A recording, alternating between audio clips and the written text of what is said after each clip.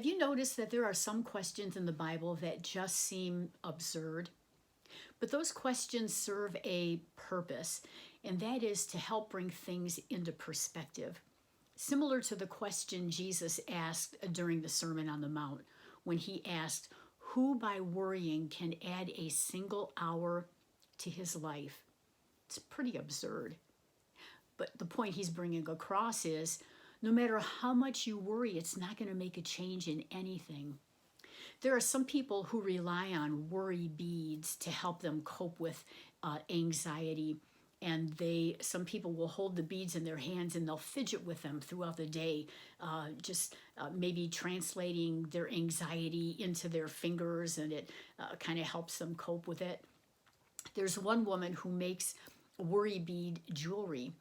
And so she claims that in the beads, there is energy that will be infused into you if you wear this worry bead bracelet throughout the day. But then she suggests in the evening before you go to bed, she says, remove the bracelet, and then whatever you're worried about, one at a time, translate your worry into one of those worry beads. So, for example, if you're concerned or worried about finances, just put it into one of those beads.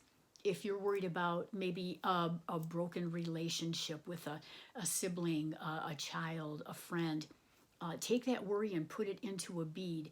And after you've transferred all your worries into the beads on that bracelet, place the bracelet into a container of sand, and while you sleep, miraculously, the sand will absorb all those worries. You can get up in the morning worry-free.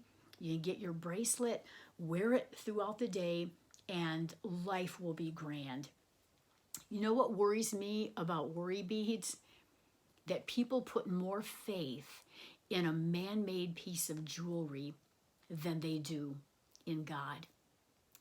In the Sermon on the Mount, Jesus refers to God as your heavenly Father, because after he asks the question, who of you by worrying can add an hour to your life? Then he says, but will not your heavenly Father who feeds the birds, who makes the flowers so beautiful, if he cares about those, how much more does he care about you and will meet your needs? What a contrast between the angst of life and the adoration and love of a father.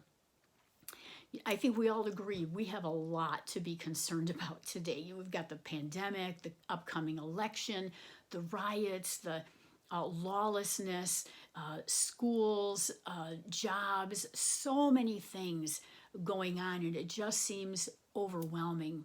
So let me share with you what I do, a couple of things that I do when I begin to feel anxious or worrisome. First of all, I'll ask myself, can I do anything about this? And if I can, I'll ask God for wisdom and grace to help me follow through with what I need to do. For example, if I'm worried about finances, but I'm being careless and reckless with my spending, I'm not living on a budget, I can do something about that. That will change my perspective regarding finances. If I'm worried or anxious about a relationship that has soured, but I can offer forgiveness or an apology or sit down and try to make amends, I'll ask God for the wisdom and grace to do that.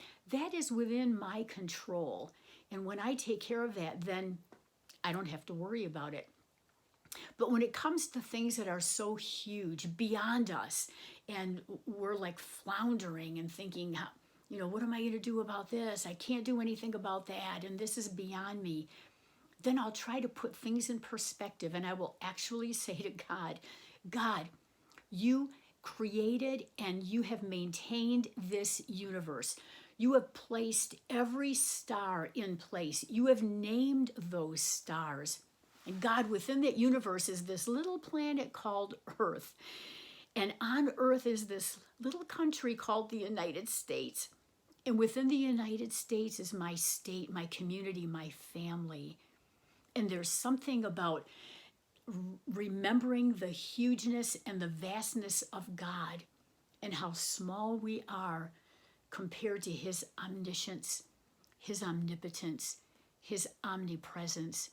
And I tell you, when I put things in perspective like that, it just gives me such an overwhelming peace. Paul says in Philippians that we are to worry about nothing, but he says with prayer, petition, and thanksgiving, make your needs known to God, and your heavenly Father will infuse you with peace that nobody can explain. Now that sounds like a much better plan than beads and sand. Don't you think? I'll see you next time.